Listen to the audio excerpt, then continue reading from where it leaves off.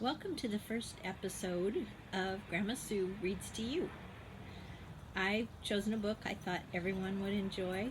I am enjoying it, and it's called 7-Day Magic by Edward Eager. I will read you the first chapter today, and then another day I'll read you the next chapter. The best kind of book, said Barnaby, is a magic book. Naturally, said John. There was a silence as they all thought about how true this was. The best kind of magic book, said Barnaby, leaning back against the edge of the long, low library table and surveying the crowded bookshelves, only seeming somehow to look beyond them and beyond everything else, the way he often did, it's about ordinary people like us, and then something happens, and it's magic. Like when you find a nickel, except it isn't a nickel, it's a half-magic talisman, said Susan. Or you're playing in the front yard and somebody asks, is this the road to Butterfield? Said Abby. Only it isn't at all. It's the road to Oz, shrilled Frederica, jigging up and down excitedly, for she had read the book in which this happens. The lady sitting at the far end of the table sighed and looked up, putting her hand to her head as if it ached. Please, she said, can't we have quiet? Now, Miss Dowager, the librarian wagged a finger in merry reproof as she skimmed past. Now, this is a children's room, you know. It's for the children to enjoy. The lady sighed again, closed the book she was reading, and opened another. Abby tried to catch her eye and look sympathetic, but the lady would not meet her gaze. Abby knew this lady well, by sight. She was called Miss Prang, Miss Eulalie Smythe Prang, and she spent most of her days in the children's room at the library, looking in the different books and taking things out. When she had taken enough out, she put it together into a new book. There were a lot of her books on the library's shelves already, but they were not the kind of magic books Barnaby and John and Susan and Abby and Frederica had in mind. Mostly they were about dear little fairies who lived in buttercups. Abby sometimes thought that if Miss Prang would listen when she heard the children talking instead of sighing and putting her hand to her head, it might do her books a lot of good. For instance, she ought to be listening to Barnaby right now. The best kind of magic book, Barnaby was saying, is the kind where the magic has rules, and you have to deal with it and thwart it before it thwarts you. Only sometimes you forget and get thwarted. Everybody began talking at the same time, and the name of E. Nesbit was heard in more than one voice, for she was the 5 children's favorite author, and no wonder, though Frederica liked the Oz books nearly as well. Why couldn't she have lived forever, said Abby, taking that best of all Nesbit books, The Enchanted Castle, down from the shelf and looking at it with loving eyes. We've read all of hers, and nobody seems to do books like that anymore. If you could have a brand new magic book, specially made for you, said John, what would you choose? One about a lot of children, said Abby. One about 5 children, just like us, said Frederica. And they're walking home from somewhere, and the magic starts suddenly before they know it, said Susan. And they have to learn its rules and tame it and make the most of it, said Barnaby. At the far end of the table, Miss Prang muttered to herself, pushed the books about in front of her, and at last half rose to her feet, gazing imploringly in the direction of the librarian's desk. Miss Dowager came skimming across the room again. I think then, children, if you're ready to go, she murmured apologetically, perhaps it would be best. Have you found enough books to take? Of course they had not, for who has ever found enough books? But they scrabbled together the ones they had chosen and lined up at the desk to have the date stamped in them. It was then that Susan looked back and saw the book sitting all by itself at one end of the bottom shelf. It was a red book, smallish but plump, comfortable and shabby. There had once been gilt letters on the back, but these had rubbed away, and Susan couldn't read the name of what it was. Still, it looked old enough to be interesting, and worn enough to have been enjoyed by countless generations. On a sudden impulse, she added it to the pile in her arms and took her place at the end of the line. She thought Miss Dowager looked at her a bit strangely when she saw the red book, but "That's a 7-day book," she said. Susan was surprised. Usually the books that had to be returned in 7 days were the newest ones, and new was the last thing she would have thought this book to be. "Oh, we'll be through with it before that," she said. "I wouldn't be too sure," remarked Miss Dowager in a rather peculiar voice, Susan thought, but she stamped the book with a will, and a minute later Susan and the others emerged from the library into the bright, new-washed June morning. If you had seen the 5 children coming down the library steps that day, you would have thought they belonged to 2 families, and this was true. John and Susan were tall and light-haired and calm. Barnaby and Abby and Frederica were little and quick and dark. "You two look just the way you are," Barnaby had said one day back when the 2 families had first met. "You look worthy and dependable. You look like people who would be president and vice president of the class." "Well," admitted Susan apologetically, "we usually are." She and John were president and vice president of the 5th grade this year. They were in the same class, not because they were twins, which they weren't, but because John had been very sick once and missed a whole year of school, but that was long ago. Now John was big and strong and played quarterback on the school football team. Susan was captain of girls' soccer, and they were both rather good at chess. In schoolwork, their marks generally averaged B, or at least B-. Almost everyone liked them, even teachers, and their days were pleasant, if uneventful. Or at least, that was the way things had always been up until last summer. But then last summer, Barnaby moved into the house across the road and turned out to be in their room at school, and after that things were changed. Barnaby was a person with ideas. "I don't see what you see in that little runt," Big Pete Schroeder said to John at football practice one day back in the fall, when Barnaby was still the new boy in Miss Dugdale's room. "I don't see what you want to go around with him all the time for." "It's like this," John told him. "He has ideas, and he's my best friend, so lay off." Big Pete Schroeder laid off because John's word was law in 5-1A. The only one who could tell John what to do was Barnaby. Barnaby had ideas. The ideas Barnaby had weren't always good ones, but he had them one after another all day long, and some of them were exciting. He believed in magic, for one thing, or said he did. He believed that anything could happen any minute, and that sometimes you could make things happen if you tried hard enough. And he could think of wonderful games and ways to make the most boring things seem fun. Nobody would have ever taken Barnaby for the president of anything. He was not dignified enough, and everybody did not like him as much as John and Susan did. He was stubborn and hot-tempered and impatient, and when he disagreed with people, he started arguments. Miss Dugdale said the trouble with Barnaby was that he was opinionated. Susan sometimes tried to reason with Barnaby for his own good, and other times John had to step in and defend him when he got into fights with boys who were bigger than he was. That was one thing about Barnaby, even his enemies agreed. He had spunk. He wasn't afraid of anybody. But he really wasn't at his best with his fists.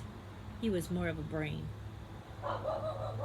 It was typical of him, Susan and John felt, to have an interesting and unusual name, and have sisters with interesting names too, Abigail and Frederica. "Our names sound just like us," Susan complained one day after Barnaby had come into their lives. "Good old Susan and John," agreed John. Barnaby liked his own name. He was proud of its differentness and would never answer to Barney or any other nickname. And Frederica was just the same. People took their lives in their hands who dared to call her Freddie. Frederica was the baby of the family and even fiercer tempered than Barnaby.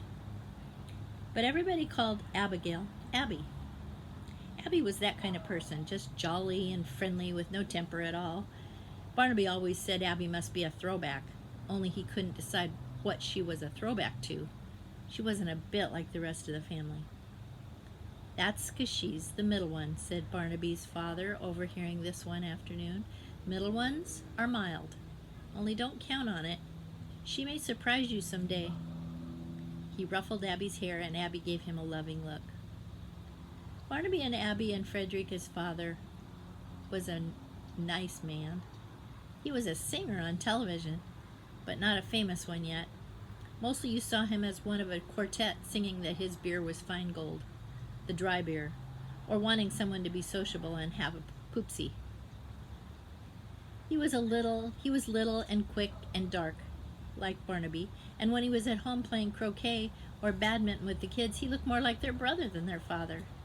But he wasn't home so very often because with 3 children to support, he had to go off to New York to at all kinds of hours on all kinds of different singing jobs.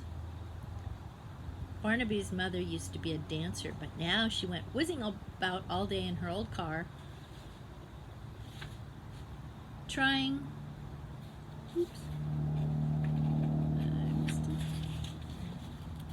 buzzing about in her car, trying to sell other people's houses to help make ends meet and keep up their payments on their own home. Their house was new and little, just large enough to hold a family of 5. Susan and John's house across the road was big and old. Sometimes Susan thought it was too big for just her and John and Granny. Susan and John's parents had died a long time ago, the same year John was so sick. After that, Granny came to stay with them, but whether she was taking care of them or they were taking care of her was never quite clear. Susan and John often felt as if Granny were the child and they were the grown-ups. Granny was like that. She was little and frail and older than most grandmothers, and yet almost too energetic, and she was so unexpected in what she might do and often did, such as climbing cherry trees or shoveling snow off the walk, that Susan and John hated to leave her alone in the house any more than they had to. Sometimes one of them would miss a party sooner than have both of them go out for a whole evening at the same time. Not that Granny would have climbed trees or shoveled snow in the dark of night, but she would probably think of something just as dangerous and unsuitable. So altogether it was wonderful for Susan and John when Barnaby moved into the little new house and they had a friend right at home, almost in the front yard. And then to have the friend turn out to be a person with ideas was almost too good to be true. One of the ideas Barnaby had was that Susan and John should get acquainted with the public library. Up till then, John hardly read anything at all outside of school, and Susan mostly read about Sue Barton, student nurse. But books were Barnaby's lifeblood, maybe because he was an author himself. He had a book of his own in his mind, and some of it down on paper, but he would never talk about it or tell the others what it was. Except that he had told a little of it to Abby, for she was a poet, or hoped to be, and would understand. Most of the time, when Barnaby wasn't having ideas or thinking about his own book, he was reading other people's. He read one a day, at least, and was anxious that his friends should do the same. It was Barnaby who had decided that Saturday was library day.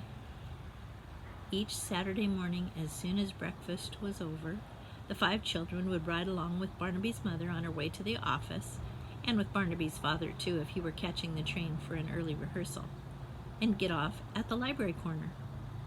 Later, after an hour or two of rummaging and browsing and a lot of advice from Barnaby, they would come down the library steps and walk along the village street that turned into the curving country road home, reading as they went.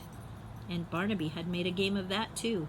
Each one got to read part of his most interesting looking book out loud, and then the others were free to criticize. This particular June morning started out no differently from the others. As the 5 children wandered along Cherry Street, Barnaby opened his top book, hopefully, and began chapter 1.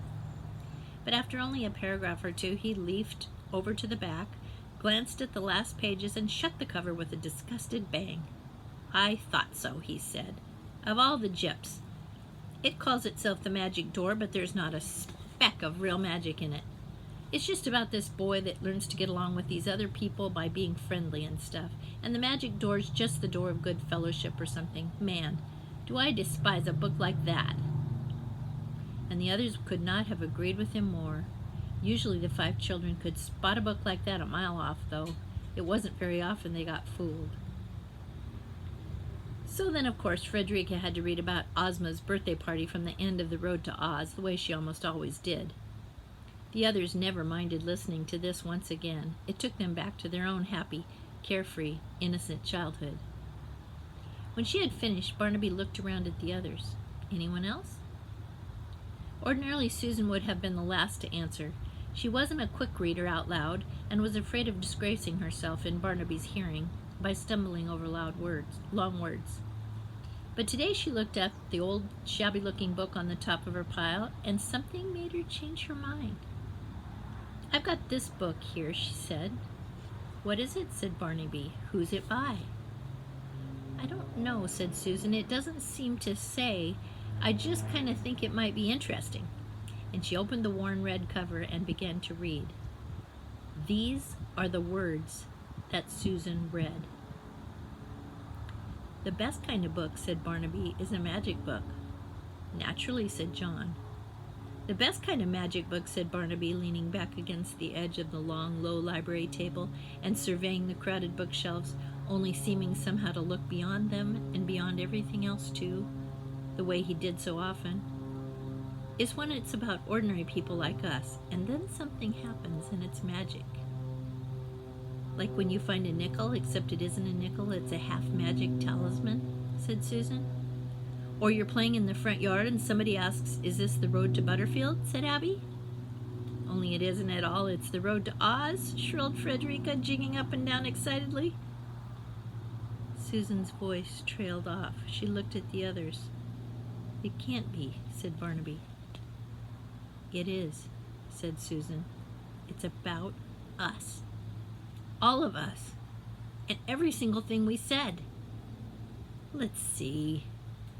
Barnaby reached for the book rather greedily, Susan thought, and yet, what of it? This was no time to be worrying about manners, and Barnaby could read the fastest. He was reading fast now, flipping over the pages, one right after the other. "You're right," he muttered as he read. "We're all in it." "How could we be?" said John. "How'd we get there without our knowing it?" "I don't know," said Barnaby, "but we're there all right. It tells about us and our parents and your granny even, and a lot more about me being stubborn and unpopular and you sticking up for me," he went on, his face getting rather red. "What does it say about me?" said Frederica. "It says you're fierce-tempered," said Barnaby. "Well, I am," said Frederica. There was a silence. Everybody stopped walking and just stood there. "What's happening?" said Abby. "Do you suppose we're magic suddenly?" "Either we are," said John, "or that book is." "Maybe it isn't a book at all," said Frederica in eerie tones. "I don't like it," said Abby. "It's creepy. Let's take it back and tell the library we don't want it." "Or bury it with a stake through its heart," said Barnaby. But nobody laughed. "Do you suppose," said Susan, "we're not really real at all, but just characters in this book somebody wrote?" Tune in next time to find out more about this special book.